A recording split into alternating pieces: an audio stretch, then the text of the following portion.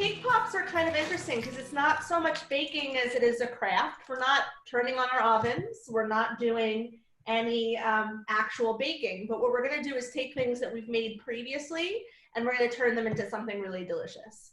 Cake pops are a really great way to use extra cake. It's a really great way to save cake that maybe it didn't come out of the pan cleanly, or maybe the cake was actually a little stale. This can actually help make the cake nice and moist and delicious again. I'm just gonna turn on my chat right here. Okay, cool. So just to start, you wanna make sure that you have your cake that we made on Tuesday, all right? And your frosting, whether it's in a can, like I have, or it's the homemade frosting that we made on Tuesday. Okay, so either or. All right. You're gonna start off by taking a big bowl and taking your cake, all right, which I beautifully placed in a Ziploc bag, and you're gonna empty it into your bowl. Okay, just like that. And then what I always like doing to start things off is crumbling up the cake, making sure that there's no like sort of big chunks in there and just kind of breaking everything up. And that's gonna make it easier to get in there with the frosting. This also helps because you can feel how moist the cake already is. The biggest mistake that people make with cake pops is they add too much frosting. The frosting is what acts as the glue, one of the things that acts as the glue to keep the cake together in the ball shape. If I add too much frosting, it's gonna be too wet and it's actually gonna slide off whatever handle I've made. And the other thing that I want to do is take my usual a cookie sheet or baking sheet, some kind of tray, and put some parchment or even wax paper down on it. So this way I have a surface to put my rolled up cake balls, okay, when they're ready to place on the sheet. Okay, so you guys can all do that. So I have my frosting here. I'm just using a can of frosting. I'm going to take my spoon. Now again, you don't want to add too much. The consistency that we're looking for in here is Play-Doh. Right? You have to have Play-Doh in mind, which is a really weird way to think about it. But the idea is that it can be pliable, that you can mush it and squish it. It's not going to crack. It's not going to fall apart. Okay? So I just do a scoop at a time. Now, Chase, I just want you to see my frosting is pretty thick. It's from a can. So that's totally okay because I'm going to stick it into my cake mix. And then using my hands, my clean hands, I am going to just sort of squish it into the cake bowl. And you'll start to feel it come together, or you should start to feel it come together. Now I'm already noticing just from that one scoop of frosting that my cake mix seems to be coming together pretty well. But I'll show you what the ultimate test is in a moment. All right, so I don't know if you can see this. I'll turn this for a sec. Okay, so that went from like really crumbly to it's almost like a dough, okay? It's just all lumped together.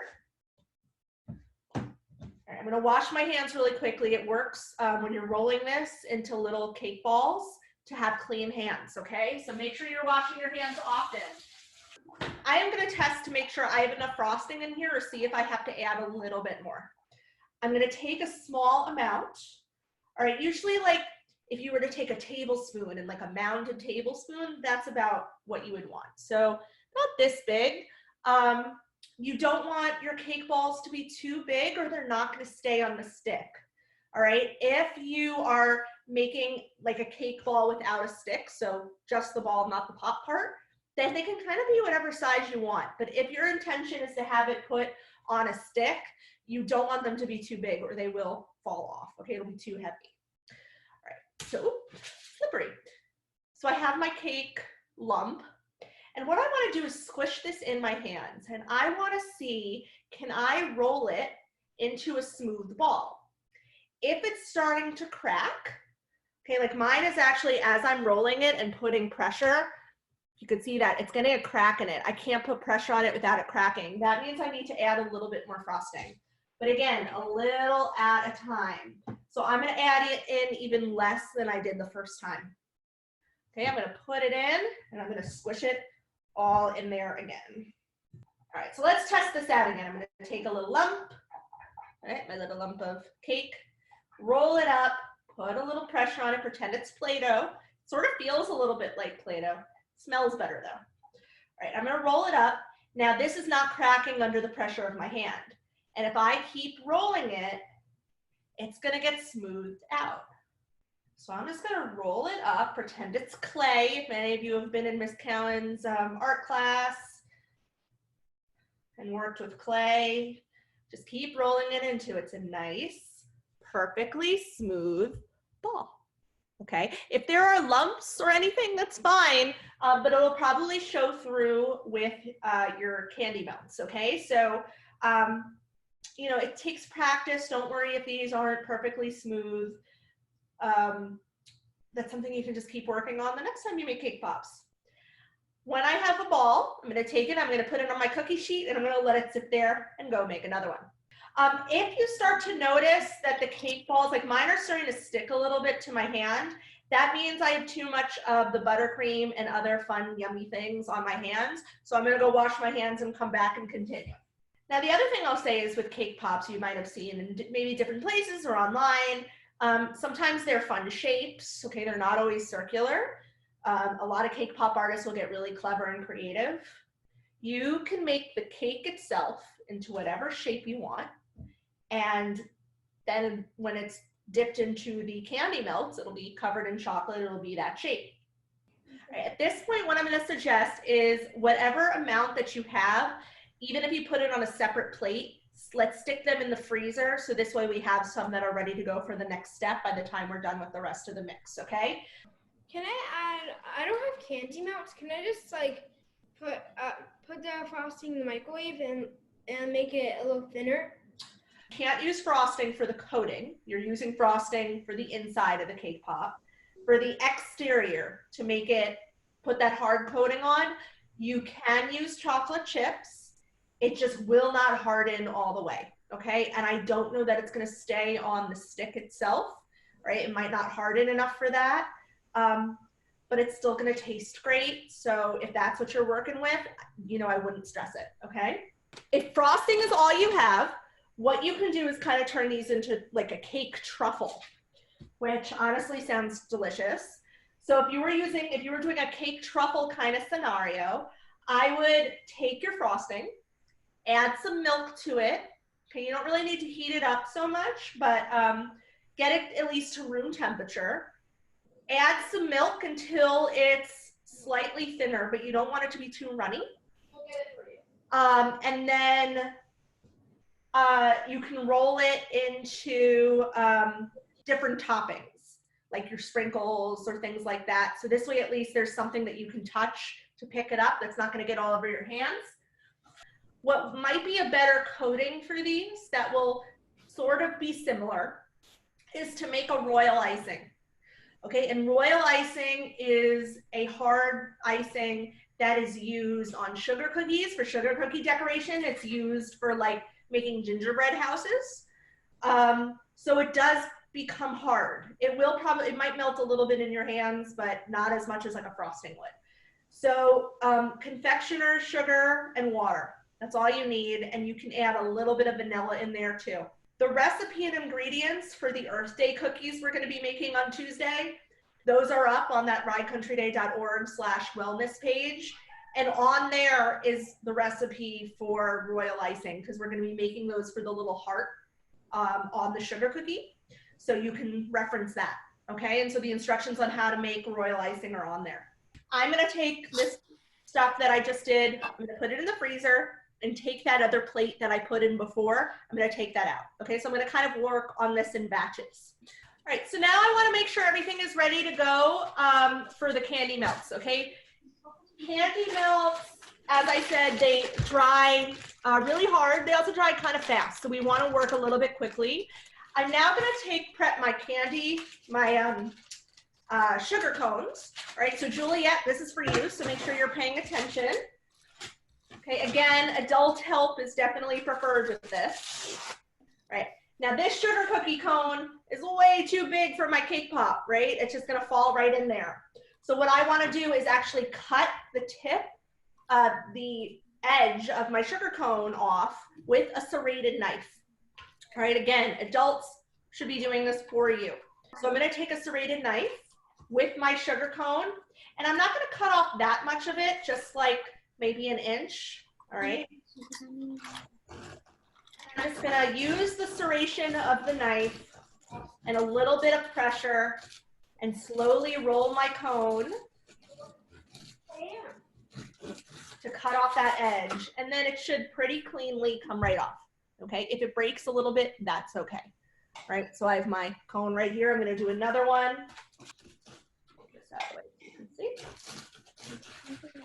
There we go. Okay, so this one didn't come as cleanly, and that's all right. So I'm gonna do 2 of those. I have a bunch of sticks here.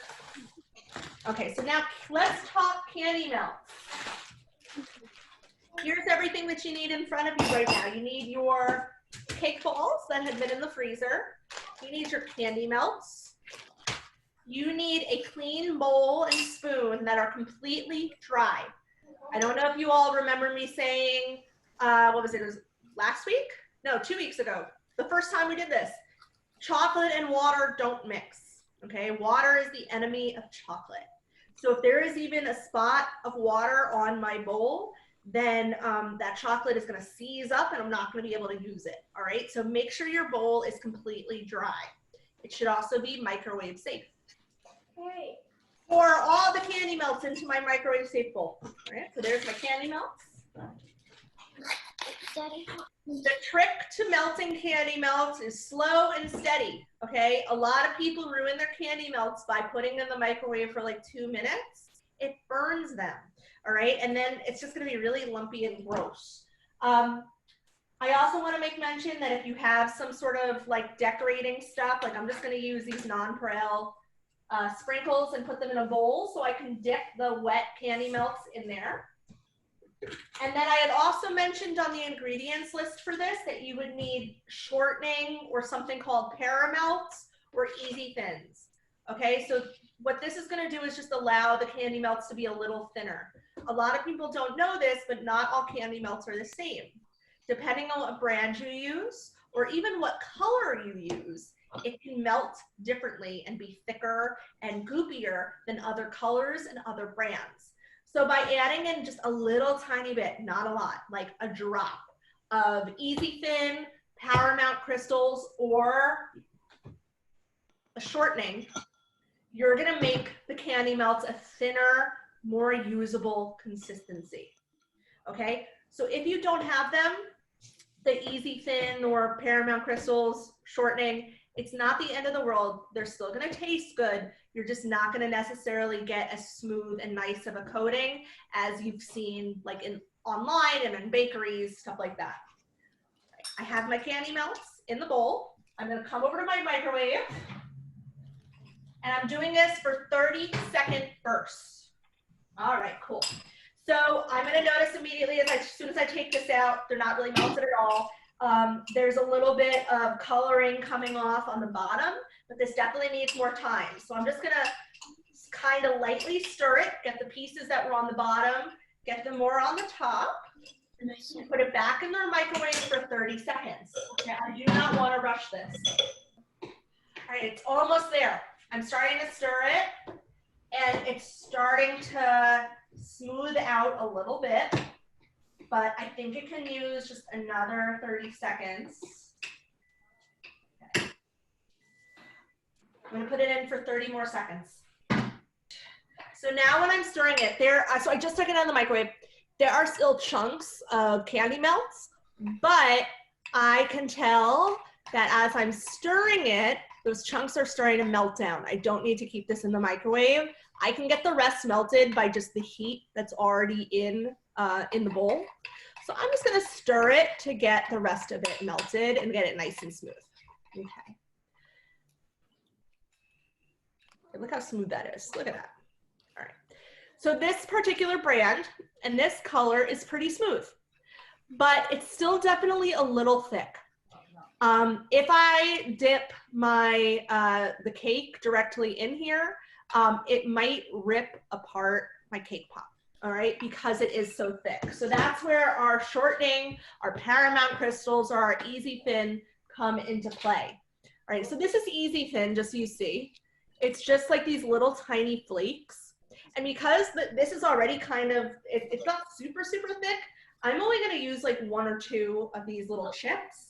I'm gonna put it into my bowl, and then I wanna mix it until they melt. All right, and then check the consistency. So again, this is just thinning out your candy melts. Remember that you cannot add water or milk, no liquid, okay? So let's make some cake pops. So the first thing I'm gonna do is with the sticks. All right, so if you're using a stick, follow along with this. You're gonna take your stick, okay? You're gonna dip it into the candy melts, okay?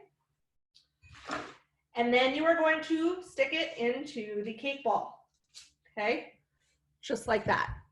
Now I'm gonna let this harden. I'm gonna put it aside. I'm gonna let that harden, so this way I can use the stick as my method of getting that cake pop covered in the chocolate. All right, so let's do another one. Stick goes into the chocolate, and then into the top of the cake pop. Let's do another one. All right, let me show you the cone, all right? So I have my cone that's been cut off. I am gonna dip the tip of it, the top of it that I cut, into my chocolate and just sort of let it drip down a little bit, okay? I'm gonna take my nonpareils, my sprinkles, and I'm gonna roll it into the sprinkles. Look how cute that is. Isn't that adorable? I love it. All right, I'm gonna put it here. I happen to have a cone holder because why not? And I'm gonna take my other one, dip it in the chocolate, and then roll it into my sprinkles. Cool. And then I have some that are just blank here. Okay, so 2 of these are gonna be cones. 2 of these are just gonna be plain old cake balls. I'm gonna take a fork. I'm gonna take my cake ball and I'm gonna drop it right into the candy melts. Using my fork, I'm gonna spin it around into the bowl of chocolate and then fish it out and let it just drip down. Okay. Now I can actually take this, take my cones over here, okay, and I can place it right onto the cone. Take a couple little sprinkles, put it on top. Okay, it looks like a little ice cream cone. Take the cake ball, I'm gonna drop it in the bowl, use the fork to kind of mix it around there and make sure it's all covered and completely even. Fish it out, let it drip. Take my other ice cream cone here, plop it right on top. Now I have these 2 adorable little ice cream cones. Isn't that not like just ridiculous? Look at that. Okay, I'm gonna push these aside. Let's take the other 2. And these are just gonna be cake balls. Okay, so I'm doing the same thing, dropped it in the chocolate, using my fork to fish it out. And now I'm just gonna place it right on the parchment paper and add a little bit of sprinkles. Okay, last one. I have my cake pops that are on the sticks, and I can feel that the chocolate that's having the sticks stay into the cake is dry, so it's ready to go. I'm gonna take my ball, and I'm gonna take my bowl of chocolate, and kind of at an angle, I'm gonna dip it into the bowl and spin the stick to get it all covered, right? And now over the bowl, I want all of this chocolate that's dripping, I want it to all drip off back into the bowl. So I'm just gonna give a little like tap, tap, tap, tap, tap, and I'm gonna kind of spin as I tap. And eventually, I'll notice it stops dripping, all right? So that means it's ready. It shouldn't really drip anymore. If I hold it upright and I'm noticing it's dripping a little bit, I can turn it back on its side and tap that, okay? And then the last thing that I wanna do is take my sprinkles and roll the cake pop into the sprinkles. All right, let's do another one. Take it, we're gonna spin it. There we go. Beautiful. And then into my sprinkles. So one of the mistakes I've seen people make before with candy melts is that they'll buy the bright white or the white candy melts and add food coloring into it. Food coloring has liquid in it, all right? Your food gels or water base, they have liquid, and that again, enemy of chocolate and will make the chocolate seize up. So if you want to color your candy melts, you need to use colored candy melts or get candy food coloring.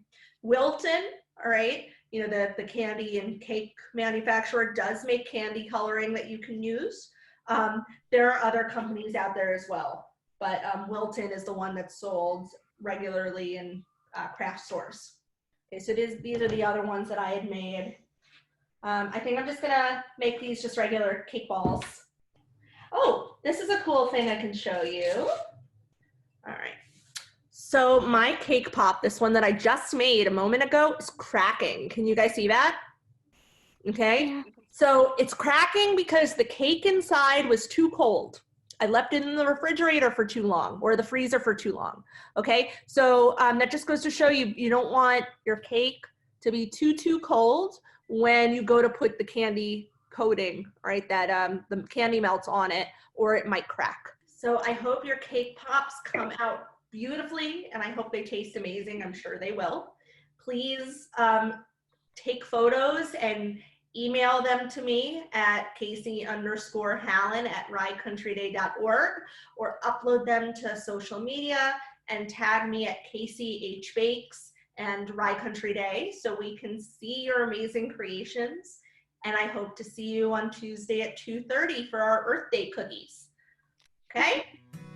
Bye.